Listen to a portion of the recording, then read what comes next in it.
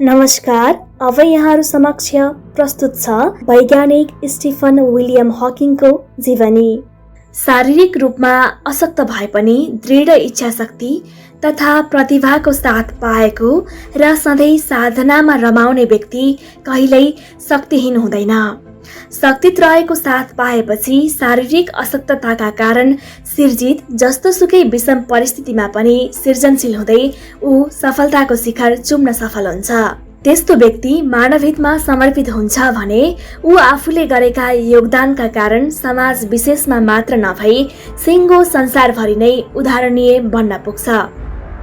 यस्तै शारीरिक स्थिति अत्यन्त नाजुक भए पनि मानवहितका लागि केही गर्ने तीव्र चाहना, त्यसलाई साथ दिने प्रतिभा र निरन्तरको साधनाका कारण भौतिक शास्त्रमा नयाँ तथ्य उजागर गरेर सिङ्गो संसारलाई नै आश्चर्यचकित बनाउने व्यक्ति हुन् स्टिफन विलियम हकिङ। नाम सुन्ने बित्तिकै उनको भौतिक रूप देखेका सबैको मानसपटलमा एउटा स्वचालित व्हीलचेयरमा बसेको, टाउको निहुराएको, हातखुट्टा नचल्ने, बोल्न नसक्ने र शारीरिक रूपमा अत्यन्तै अशक्त व्यक्तिको चित्र प्रतिबिम्बित हुन्छ। उनले गरेका योगदानका बारेमा थाहा पाएपछि चाहिँ जो कोही छक्क पर्छ। हकिङको जन्म सन् 1942 जनवरी 8 का दिन आमा इसाबेल र बुबा फ्र्याङ्कको पहिलो सन्तानको रूपमा भएको हो। उनको जन्मस्थल बेलायतको प्रमुख शैक्षिक केन्द्रका रूपमा परिचित अक्सफोर्ड सहर हो। यही ठाउँको नामका आधारमा नै विश्वप्रसिद्ध विश्वविद्यालय अक्सफोर्डको नाम रहेको हो। उनी जन्मदा बेलायत दोस्रो विश्वयुद्धको विभीषिकाबाट आक्रान्त थियो। उनी जन्मने समय नजिकिँदै जाँदा उनका आमा बुबा बेलायतको उत्तरी क्षेत्रमा अवस्थित हाइगेट नामको सहरमा बस्थे। उनीहरू पहिलो सन्तानको जन्म हुन लागेकोमा निकै खुसी थिए। त्यही समयमा उनीहरू बसेको क्षेत्र वरिपरि जर्मनीले बम आक्रमण गरिरहेकोले उनीहरू दुखी पनि थिए। यस अवस्थामा युद्धको सन्तासबाट बस्न र बचाउन उनका आमा बुबा उनी जन्मनुभन्दा केही समय अघि बेलायतकै अत्यन्त सुरक्षित मानिएको अक्सफोर्ड सहरमा बसाइ सरे। शैक्षिक केन्द्रमा आक्रमणकारीको आक्रमण नगर्ने योजना रहेकाले त्यतिखेर अक्सफोर्ड सहर निकै सुरक्षित मानिन्थ्यो। इसाबेल र फ्र्याङ्क दुवैले अक्सफोर्ड विश्वविद्यालयमै अध्ययन गरेकाले उनीहरूका लागि यो स्थान परिचित पनि थियो। यसैले पनि उनीहरूले अक्सफोर्ड रोजेका थिए। मध्यमवर्गीय परिवारका उनीहरू यतिखेर आर्थिक अभावबाट गुज्रिरहेका थिए। यस्तो स्थितिमा पनि धैर्यका साथ फ्र्याङ्कले पत्नी इसाबेलको हेरचाह गर्दै अर्थ राशि जुटाउँदै होटलमा बसेर अस्पतालमा आफ्नो पहिलो सन्तानको प्रतीक्षा गरे। ढुङ्गाको काफ फोरेर पनि उम्रन्छ पिपला भने चाहिँ होनहार प्रतिभाको जन्म हुनु नै थियो र संसारलाई उल्लेख्य योगदान दिनु नै थियो। प्रतिभाशाली हकिङ पनि यो विषम परिस्थितिमा सकुशल जन्मे र हुर्के पनि। हकिङका फिलिप्पा र मेरी नामका 2 बहिनी र एडवर्ड नामका 1 भाइ छन्। हकिङको विद्यालय शिक्षाको प्रारम्भ लन्डन हाइगेट स्थित बायरन हाउस विद्यालयबाट भएको हो। उनले त्यहाँ धेरै समय पढ्न पाएनन्। उनी 8 वर्षको छँदा उनका आमा बुबा जागिरका सिलसिलामा बेलायतको अक्सफोर्डबाट 32 किलोमिटर उत्तर पश्चिममा रहेको अल्भान्स सहरमा बसाइ सरे। यसैले आमा बुबाका साथमा रहेका हकिङ पनि त्यहीँको सेन्ट अल्भास नामको विद्यालयमा भर्ना भए। विद्यालयमा भर्ना भए पनि उनी पढाइमा त्यति ध्यान दिँदैनथे। उनी 9 वर्षको छँदा आफ्नो कक्षामा कमजोर विद्यार्थीको श्रेणीमा परेका थिए। उनले आफ्नो परिवारबाट भने पूर्ण शैक्षिक वातावरण पाएका थिए। उनका आमा बुबा दुवै शिक्षित थिए। इसाबेल अर्थशास्त्र र फ्र्याङ्क जीव विज्ञानका विद्वान थिए। पक्कै पनि आमा बुबाको आनुवंशिक गुण र संस्कारको प्रभाव छोराछोरीमा पर्छ नै। विद्यालयीय पढाइमा ध्यान नदिए पनि उनी आफ्नो घरको पुस्तकालयमा रहेका राम्रा किताब मध्येबाट आफूलाई मन परेका किताब पढिरहन्थे। उनको झुकाव विद्यालयभन्दा बाहिरका अन्य काममा धेरै रहन्थ्यो। हकिङ 13 वर्षको छँदा उनका बुबाले उनलाई त्यस बेलाको राम्रो मानिएको वेस्टमिनिस्टर विद्यालयमा पढाउन चाहेका थिए। बिरामी परेकोले उनले त्यस विद्यालयबाट लिएको छात्रवृत्तिको परीक्षा दिन पाएनन्। छात्रवृत्ति बिना त्यस विद्यालयमा पढाउन सक्ने आर्थिक स्थिति हकिङको थिएन। त्यसैले उनले सेन्ट अल्बान्सबाटै विद्यालयीय शिक्षा पूरा गरे। हकिङ बाल्यकालदेखि नै निकै जिज्ञासु र सृजनशील स्वभावका थिए। कुनै पनि यान्त्रिक वस्तुलाई गहिरिएर हेर्ने, त्यसको भित्री संरचनालाई बुझ्ने र तिनबाट बन्न सक्ने नयाँ वस्तुका बारेमा परिकल्पना गर्ने उनको बानी थियो। साथीहरूको सहयोग लिई उनले पुराना घडी तथा रेडियोका पार्ट पूर्जाबाट कम्प्युटर बनाएका थिए र यसैबाट उनी अवधारणात्मक गणितीय समीकरणको समाधान गर्ने गर्थे। उनले आफूले खेल्ने गेम र हवाईजहाज, डुङ्गा आदिको नमुना पनि आफै बनाएका थिए। यस्तो सृजनशील कार्यबाट प्रभावित भएका उनका साथीहरू हकिङ आफ्नो संसारको रचना गरेर त्यसलाई चाहिने नियम आफै बनाउन सक्छन् भनेर उनलाई थप हौसला दिन्थे। उनका यस्ता कामबाट प्रभावित भएका शिक्षक उनलाई जन्मजात प्रतिभा भएको व्यक्ति मान्थे। साथीहरू चाहिँ उनलाई आइन्स्टाइन भनेर बोलाउँथे। घरमा बस्दा पनि उनी प्राय सोधखोजमा नै तल्लीन भइरहन्थे। उनी आफ्ना साथीलाई लिएर साँझको समय घरको पछाडि जान्थे र आकाशका तारालाई हेरिरहन्थे। ब्रह्माण्डप्रतिको जिज्ञासाले उनलाई बाल्यकालदेखि नै घचघचाइरहेको थियो। हकिङ मानिसलाई जेमा रुचि छ त्यसैमा प्रगति गर्न सक्छ भन्ने भनाइका आदर्श दृष्टान्त हुन्। हकिङका बुबा फ्र्याङ्कले उच्च तहको अध्ययनमा छोराले जीव विज्ञान पढे राम्रो हुन्थ्यो भन्ने चाहेका थिए। बुबाको इच्छा पूरा गर्नकै लागि उनले सुरुमा केही दिन जीव विज्ञान पढे। आफूलाई मन नपरेको विषय भएकाले त्यसमा उनले प्रगति गर्न सकेनन् र त्यो विषय छोडिदिए। अन्त्यमा उनले गणित र भौतिक शास्त्रलाई आफ्नो विषय बनाए। आफूलाई मन परेको विषय पाएपछि उनको पढाइमा रुचि बढ्दै गयो। जति नै गाह्रो भए पनि आफूलाई मन परेको विषय पढ्न पाउँदा त्यसमा सजिलै सफलता प्राप्त गर्न सकिन्छ भन्ने भनाइलाई हकिङले प्रमाणित गरिदिए। धेरैका लागि गाह्रो विषयका रूपमा चिनिने गणितका गाह्रा प्रश्न र भौतिक शास्त्रका जटिल सिद्धान्त उनी सजिलै बुझ्थे। गणितका कठिन समस्या समाधान गर्न पनि उनी आफ्ना साथीभन्दा निकै अघि थिए। गणित विषय नै लिएर अक्सफोर्ड विश्वविद्यालयबाट स्नातक गर्ने स्टिफनको सपना थियो। आफूले अक्सफोर्डबाटै पढेकाले छोराको पनि त्यहीबाट स्नातक गर्दा राम्रो हुने इच्छा उनका बुबाको पनि थियो। यसैले उनी 17 वर्षको छँदा उच्च अध्ययनका लागि अक्सफोर्ड विश्वविद्यालयको युनिभर्सिटी कलेजमा भर्ना हुन भनेर गए। त्यति बेला विश्वविद्यालयमा गणित विषयको अध्यापन हुँदैन थियो। आफूलाई मन परेको गणित विषय लिन नपाएपछि उनले भौतिक शास्त्र पढ्न थाले। उनले सन् 1962 मा त्यहीबाट प्राकृतिक विज्ञानमा प्रथम श्रेणीमा स्नातक तह उत्तीर्ण गरे। अक्सफोर्डमा स्नातक तहको अन्तिम वर्षमा अध्ययनरत छँदा हकिङले सामान्य हिँडुलमा पनि आफ्नो नियन्त्रण नभएको जस्तो महसुस गर्न थाले। यो उनको बिरामीको पूर्व सङ्केत थियो। यति बेला उनी 21 वर्षका थिए। उपचारका सामान्य प्रक्रिया पूरा गर्दै उनले आफ्नो पढाइलाई निरन्तरता दिइरहेका थिए। स्नातक तह उत्तीर्ण गरिसकेपछि विद्यावारिधिका लागि उनी क्याम्ब्रिज विश्वविद्यालयमा भर्ना भए। उनलाई रोगले भने झन्झन च्यात्दै लग्यो। सन् 1963 तिर आँखा तिरमिराउने र आवाज पनि लटपटिएको जस्तो हुन थालेपछि परीक्षण गराउँदा उनलाई अमियोट्रोफिक ल्याटरल स्क्लेरोसिस नामक स्नायु सम्बन्धी रोग भएको पत्ता लाग्यो। यो रोग लागेको मानिसका सबै अङ्गले बिस्तारै काम गर्न छोड्ने र अन्ततः श्वास नली बन्द भएर उसको मृत्यु हुने गर्थ्यो। यसैले चिकित्सकले उनको आयु 2 वर्ष मात्र रहेको बताएका थिए। यस्तो अवस्थामा सुरुका दिनमा उनमा निराशा छाउनु स्वाभाविक नै थियो, तर पनि उनी भित्रको इच्छा शक्तिले विद्यावारिधिको अध्ययनलाई अघि बढाउन प्रेरित गरिरहेको थियो। अत्यन्त मानसिक पीडा हुँदा उनी चुपचाप घण्टौँसम्म सङ्गीत सुनिरहन्थे। विषम परिस्थितिमा सकारात्मक सोच लिँदा समस्याबाट सहजै उम्कन सकिन्छ भन्ने भनाइका उत्कृष्ट दृष्टान्त हकिङ हुन्। रोग ठिक नहुने खालको छ र यसको कुनै उपचार छैन भने पनि यस बारेमा चिन्ता नलिने, बरु यस अवधिमा समाजका लागि केही गर्ने सोचका साथ उनी अध्ययनमा दत्तचित्त भइरहे। यता रोग भने दिन प्रतिदिन बढ्दै थियो। बिस्तारै अङ्गले काम गर्न छोड्दै गए। सन् 1965 मा उनी लट्ठीको सहारा बिना हिँड्न नसक्ने भए। यस्तो विषम परिस्थितिमा पनि रोगसँग सङ्घर्ष गर्दै उनले सन् 1966 मा क्याम्ब्रिजबाट नै विद्यावारिधि गरे। सन् 1968 मा उनी क्याम्ब्रिजमा खगोल अध्ययन संस्थानको सदस्यमा नियुक्त भए। सन् 1969 तिर हातखुट्टा चल्न छाडेपछि उनी व्हीलचेयर बिना कतै जान नसक्ने भए। उनलाई काम गर्न सजिलो होस् भनेर उनको व्हीलचेयरमा कम्प्युटर पनि जडान गरिएको थियो।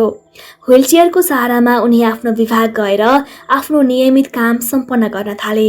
अध्ययन र अध्यापनको कामलाई निरन्तरता दिँदै उनी एकपछि अर्को सफलता पनि चुम्दै गए। सन् 1974 मा उनी विश्वकै प्रतिभाशाली वैज्ञानिक सम्मिलित भएको रोयल सोसाइटीको सभामा सामेल भए। सन् 1979 मा गणित विषयमा क्याम्ब्रिजकै प्रसिद्ध पद ल्युकेसियन प्रोफेसरमा नियुक्त भए। सन् 1985 मा उनी धेरै बिरामी परेपछि चिकित्सकले यस रोगको उपचारका लागि श्वासनलीको शल्यक्रिया गर्नुपर्ने र यो शल्यक्रिया गरेपछि हकिङको पुरै आवाज गुम्न सक्ने बताएका थिए। शल्यक्रिया बिना उनलाई बचाउन असम्भव भएकाले उनको शल्यक्रिया गरियो। शल्यक्रियापछि उनको आवाज पुरै हरायो। यसपछि उनले आफूले गरिरहेको काम अघि बढाउन सकेनन्। यसले गर्दा उनलाई धेरै जनाबाट टाढा रहनुपर्ने अवस्था आयो। दृढ इच्छा शक्ति छ भने तचिता म पुर्याउँछु भने चाहिँ केही समयपछि उनको मस्तिष्कको तरङ्ग र अनुहारका भावका आधारमा सञ्चालन हुने कम्प्युटरको निर्माण भयो।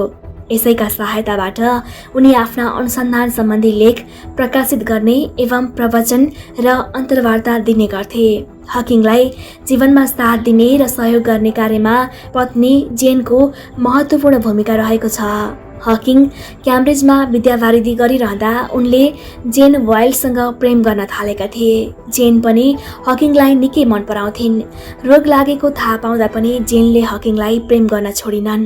पछि सन् 1965 मा विवाह गरेपछि उनीहरूको प्रेम सम्बन्ध दाम्पत्य सम्बन्धमा परिणत भयो। उनीहरूका लुसी नामकी छोरी र रोबर्ट र तिमोथी नामका 2 छोरा जन्मे। उनीहरूको दाम्पत्य सम्बन्धमा खटपट आएपछि सन् 1990 मा सम्बन्ध विच्छेद भयो। त्यसपछि सन् 1995 मा उनले आफ्नो स्याहार सुसार गर्ने नर्स एलेन मेसनसँग विवाह गरे। मेसनसितको दाम्पत्य सम्बन्ध पनि लामो समयसम्म रहन सकेन। सन् 2006 मा उनीसँग पनि हकिङको सम्बन्ध विच्छेद भयो। शारीरिक रूपमा अशक्त र पारिवारिक जीवनमा खटपट आए पनि हकिङले आफू शक्तिहीन भएको महसुस गरेनन्। आशा राख र व्यस्त बनलाई मूल मन्त्र बनाएका उनले शारीरिक अशक्ततालाई अनुसन्धान गर्ने उपयुक्त अवसरका रूपमा लिए। जीवनप्रति आशावादी बनेर निरन्तर अनुसन्धानरत उनले शारीरिक अशक्तताकै समयमा पनि भौतिक शास्त्रमा नयाँ तथ्य उजागर गर्न सफल भए। हकिङले आफ्नो जीवनकालमा दर्जनभन्दा बढी पुस्तक र कयौं शोधपत्र तयार गरी प्रकाशन गरे। उनले लेखेका पुस्तकमध्ये सन् 1988 मा प्रकाशित a brief history of time सर्वाधिक चर्चित पुस्तक हो। यस पुस्तकलाई सन् 1998 मा गिनिज बुक अफ वर्ल्ड रेकर्डद्वारा सदाबहार सर्वाधिक बिक्री हुने पुस्तक घोषणा गरियो। यो पुस्तक 237 सातासम्म सन्डे टाइम्सको सर्वाधिक बिक्री हुने सूचीमा रहन सफल भएका कारण पनि धेरै चर्चित बन्यो। यस पुस्तकले हकिङलाई पनि निकै चर्चित बनायो। यस पुस्तकमा उनले ब्रह्माण्डको उत्पत्ति, संरचना, विकास र भविष्य सम्बन्धी कठिन विषयलाई पनि आम मानिसले सजिलै बुझ्ने भाषामा प्रस्तुत गरेका छन्। 40 भन्दा बढी भाषामा अनुवाद भइसकेको यस कृतिमा आधारित चलचित्र पनि बनेको छ। हकिङले ब्रह्माण्डको उत्पत्ति र संरचना सम्बन्धी गहिरो अध्ययन गरी यस सम्बन्धी आफ्ना मौलिक मान्यता प्रस्तुत गरेका छन्। ब्रह्माण्डको उत्पत्ति निश्चित परिभाषित सिद्धान्त अनुसार भएको मान्यता राख्ने हकिङले यसको उत्पत्ति सर्वाधिक घनत्वको अवस्थामा रहेको कुनै बिन्दुबाट भएको र त्यसको अन्त्य पनि त्यस्तै बिन्दुमा हुने बताएका छन्। यस बिन्दुलाई वैज्ञानिकले सिंगुलारिटीको संज्ञा दिएका छन्। क्वान्टम पुञ्जका रूपमा रहेकाले सर्वाधिक घनत्वको अवस्थामा रहेको यस बिन्दुलाई हकिङले ब्ल्याक होल भनेका छन्। उनले ब्ल्याक होल अत्यन्त भारयुक्त ताराको अवसानपछि निर्माण हुने भएकाले तारा अनन्त भए चाहिँ ब्ल्याक होल पनि अनन्त हुन सक्ने र तीमध्ये केही ब्ल्याक होलमा महाविस्फोटन भई ब्रह्माण्डको उत्पत्ति हुने मान्यता राखेका छन्। हकिङले सुरुमा आइन्स्टाइनले भने चाहिँ ब्ल्याक होल भित्रको स्थान, समय र गुरुत्वाकर्षणको प्रबलताका कारण त्यसभित्र छिरेको प्रकाश समेत बाहिर ननिस्कने र त्यसले सबै चीज आफूमा समाहित गर्ने भएकाले त्यसको भार बढ्छ भन्ने धारणा राखेका थिए। पछि उनले यस सम्बन्धमा आफ्ना मौलिक विचार प्रस्तुत गरे। उनले अधिक गुरुत्व शक्तिले गर्दा ब्ल्याक होल भित्र हरेक चीज खुम्चिएर रहेका हुने र अझ खुम्चदै जाँदा त्यसबाट विकिरण उत्सर्जन हुन्छ भन्ने पत्ता लगाए। गरे। उनकै नाममा यस विकिरणको नाम पनि हकिङ्स रेडिएसन राखियो। ब्ल्याक होलमा महाविस्फोटन भएर उत्पन्न भएको ब्रह्माण्ड खुम्चदै गएर पुनः ब्ल्याक होलमा परिणत भएपछि त्यसको अन्त्य हुने विचार पनि उनले प्रस्तुत गरे। हकिङले प्रस्तुत गरेको यो विचार र संसारकै प्राचीनतम ग्रन्थ ऋग्वेदमा प्रस्तुत भएको सृष्टि सम्बन्धी दृष्टिमा निकै समानता रहेको देखिन्छ। ऋग्वेदमा यस संसारको सृष्टि हुनु पूर्व अन्धकारले ढाकिएको अत्यन्त सघन ऊर्जाशील अन्धकार थियो। यही अन्धकारबाट चारैतिर फैलिएको किरण पदार्थमा परिणत भएपछि संसारको सृष्टि भयो भनिएको छ। हकिङले ब्रह्माण्ड शास्त्री रोजर पेनरोजसँग मिलेर अल्बर्ट आइन्स्टाइनको सामान्य सापेक्षताको सिद्धान्तबारे थप व्याख्या गरे। आइन्स्टाइनले सापेक्षता भनेको आफू स्वतन्त्र नभएर अर्कासित सम्बद्ध हुने गुण वा अवस्था हो भनेका थिए। यही भनाइका आधारमा हकिङले ब्रह्माण्डका सबै वस्तु स्वतन्त्र नभएर एकअर्कासित सम्बन्ध हुने विचार अघि सारे। यही क्रममा उनले अदृश्य उपपरमाणुको अध्ययन गर्ने क्वान्टम सिद्धान्त र स्थूल दृश्य प्रपञ्चको अध्ययन गर्ने सापेक्षता सिद्धान्तलाई एउटै सूत्रबाट व्याख्या गर्ने प्रयास गरे। ब्रह्माण्डको व्याख्यामा यी दुवै सिद्धान्तलाई जोड्ने उनी पहिलो वैज्ञानिक हुन्। यस्तै हकिङले वार्म होलको पनि व्याख्या गरेका छन्। उनले वार्म होलका माध्यमबाट समय यात्रा गरी एउटा ग्यालेक्सीबाट अर्को ग्यालेक्सीमा छोटो समयमा पुग्न सकिने बताएका छन्। यो पनि उनको अनुसन्धानको अर्को उपलब्धि हो। पछिल्लो समयमा उनी ब्रह्माण्डका सबै शक्तिलाई एकीकृत व्याख्या गर्ने एउटै सिद्धान्त बनाउने प्रयत्नमा तल्लिन्थे। यस कार्यमा उनी पूर्णतः सफल हुन चाहिँ सकेनन्। उनले पछिका अनुसन्धाताका लागि मार्गचित्र भने कोरिदिएका छन्। हकिङले पृथ्वीमा आइपर्ने सम्भावित विपत्तिबाट बच्न मानव समुदायलाई बारम्बार सचेत गराउने गर्थे। उनले परमाणु युद्ध, विश्वव्यापी तापक्रम वृद्धि, प्रकृति विरुद्धका मानवीय गतिविधिका कारण पृथ्वीमा मानव जीवन खतरामा रहेको बताएका छन्। यसैले यसतर्फ समयमा सचेत हुन आग्रह गरेका छन्। यस्तै उनले मानिसलाई कृत्रिम बुद्धिमत्तापूर्ण रोबोटको निर्माणमा सचेत हुनुपर्ने बताएका छन्। कृत्रिम बुद्धिमत्तापूर्ण रोबोट मानिसको दिमागका उपज भए पनि स्मरण र विश्लेषणात्मक सामर्थ्य मानिसको भन्दा धेरै हुँदै गइरहेको छ। मानिसले गर्न सक्ने सबै काम यी यन्त्रहरू सजिलै गर्न सक्छन्। यसैले उनी कृत्रिम बुद्धिमत्ताले मानिसलाई नभई मानिसले कृत्रिम बुद्धिमत्तालाई नियन्त्रण गर्नुपर्ने मान्यता बारम्बार दोहोऱ्याइरहन्थे। हकिङ एक प्रेरक वक्ता पनि थिए। आफ्नो व्हीलचेयरमा जडित कम्प्युटरको सहयोगले समय समयमा उनले दिएका प्रेरणादायी वक्तव्य अत्यन्तै जीवनोपयोगी छन्। उनले बालबालिकालाई आफूभन्दा तलको पैतालालाई नभई सधैँ तारालाई हेर्न, बिना काम जिन्दगी खाली हुने भएकाले सधैँ कर्मशील बन्न र कसैले प्रेम गरेमा त्यसलाई स्वीकार गर्न सुझाव दिएका छन्। उनले बिना गल्ती संसारका कोही पनि मानिस अघि बढ्न नसक्ने भएकाले गल्तीलाई प्रगतिको पथ प्रदर्शकका रूपमा लिनुपर्ने बताएका छन्। यस्तै उनले शारीरिक रूपमा अशक्त व्यक्तिलाई काम गर्ने क्षमतामा अपाङ्गता हुनु मात्रै नराम्रो हो, शरीरमा होइन भन्दै शारीरिक अशक्ततालाई कहिले पनि दुर्भाग्य सम्झन नहुने सुझाव दिएका छन्। ज्ञान शक्तिले नयाँ तथ्य पत्ता लगाउन, क्रिया शक्तिले उद्देश्यलाई कार्यान्वयन गर्न र इच्छा शक्तिले सधैँ काम गर्न प्रेरित गर्छ भन्ने मान्यता राख्ने उनी इच्छा शक्ति, ज्ञान शक्ति र क्रिया शक्तिका त्रिवेणी थिए।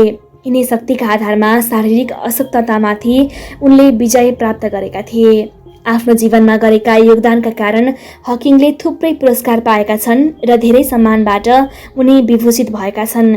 उनले अल्बर्ट आइन्स्टाइन मेडल सन् 1979, huge medal of royal society सन् 1976, medal of royal astronomical society सन् 1985 लगायतका दर्जनभन्दा बढी स्वर्ण पदक र पुरस्कार प्राप्त गरेका छन्। सन् 1982 मा ब्रिटिस महारानी एलिजाबेथले उनलाई commander of the British empire कदरबाट सम्मान गरेकी छन् भने सन् 2009 मा अमेरिकी सरकारले त्यहाँको सर्वोच्च नागरिक सम्मान राष्ट्रपति पदकबाट सम्मान गरेको छ। जीवनका अधिकांश क्षण ब्रह्माण्डको अनुसन्धानमा बिताउने हकिङको पारिवारिक जीवन र व्यक्तित्वका विविध पाटालाई झल्काउने विभिन्न चलचित्र र वृत्तचित्र बनेका छन्। The theory of everything, a brief history of time नामका चलचित्रका साथै Stephen Hawking's universe, horizon, the Hawking paradox, master of science fiction, into the universe with Stephen Hawking लगायतका वृत्तचित्रको निर्माण भइसकेको छ। निरन्तर सङ्घर्षशील हकिङले सन् 2018 मार्च 14 मा 76 वर्ष जीवन सङ्घर्षबाट सदाका लागि विश्राम लिए। उनी भौतिक रूपमा यस संसारमा नभए पनि उनका सिद्धान्त, उनले लेखेका दर्जनौं पुस्तक र उनीमाथि बनेका चलचित्र एवं वृत्तचित्रले उनलाई सदैव अमर राख्नेछन्। शारीरिक रूपमा अशक्त हुँदा पनि निरन्तर अनुसन्धान गर्दै भौतिक शास्त्रमा नयाँ तथ्य उजागर गरेर मानवीय चेतनालाई नयाँ उचाइमा पुर्याउन उल्लेख्य योगदान गर्ने हकिङ वैज्ञानिक जगतका विशिष्ट प्रतिभा हुन्।